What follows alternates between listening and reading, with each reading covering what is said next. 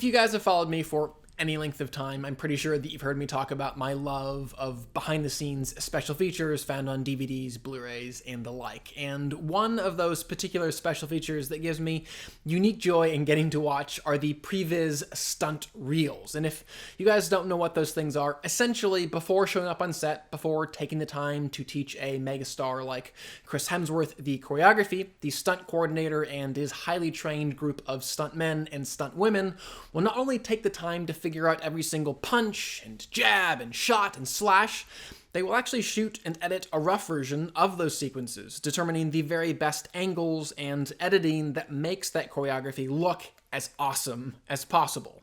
And oftentimes, especially on action-heavy films, those previs stunt reels will end up as a special feature. And for me personally, anyways, watching those previs stunt reels is equal parts depressing and awesome. Awesome because it's just really cool getting to see the best do their thing. Individuals that have taken years to figure out how to perfectly throw a punch and take a punch to make it look realistic and exciting.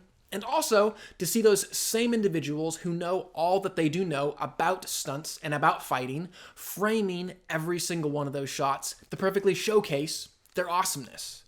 But then, it's also kind of depressing watching these previs action reels because rarely is the actual production crew in charge of making the actual film able to execute those exact same moves and replicate those exact same angles in the same oh-so-effective manner. The final version just always seems to be the slightly less interesting, slightly less effective choreography and camera angles. And I say all of this because on this movie, on Extraction, the director actually happens to have been a very accomplished stuntman and stunt coordinator, and it shows in the action sequences in some very rewarding ways.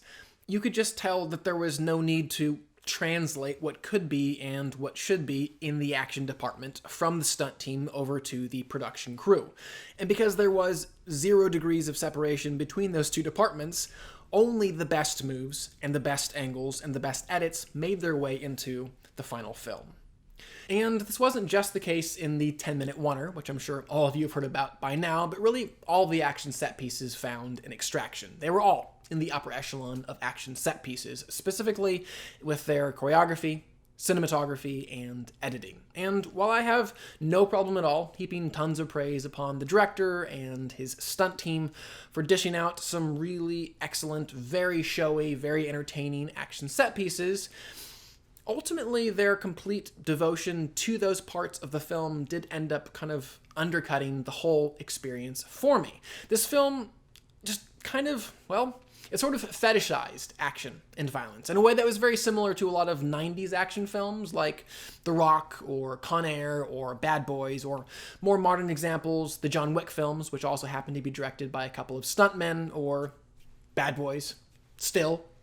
And while I can't say that those going into this film looking for nothing more than a lot of really cool action won't be satisfied, I myself was left wanting. And part of the reason for that was this really kind of celebration, this joyous excitement over violence and pain just never quite squared with the deadly serious, utterly grounded tone aimed at in the rest of this film.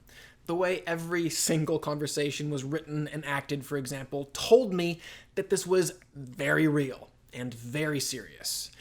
And speaking of the acting, I honestly just walked away from this film feeling bad for Chris Hemsworth. Here he was in yet another non-MCU property, just looking and feeling oh so boring, which is probably down to a very flat script and what I can only imagine was probably some one-noted direction. Chris, that was great, but this time let's go even more serious. Good. Can you make it even more BA, and even more macho? Go. And, okay, this is not me saying that I needed him to be the wisecracking, goofy Chris Hemsworth found in Thor Ragnarok or Men in Black International. No. Quite to the contrary, I actually rather enjoy films that take themselves seriously and have the confidence to play things with a level of sincerity rarely chanced in a lot of modern-day blockbusters. But again, one note, even if it is a really solid note, is just one note, and a note that's made even harder to accept if it doesn't quite gel with the rest of the film, which is really kind of presenting itself as this rah-rah, fist-pumping, here we go, action kind of film. All this to say, I will give the film a 2 out of 5. I would still love to know what you guys thought of the film, though, so definitely comment below and let me know. And are there any other streaming films right now that you would like me to take a look at? Definitely comment below and let me know that as well. Finally, please do subscribe. I'm going to continue to review films and television on this channel, and I would love for you to stay up to date on all of those things. But for now, I'm Chris Hartwell. This is The Heartbeat. Thank you for joining me.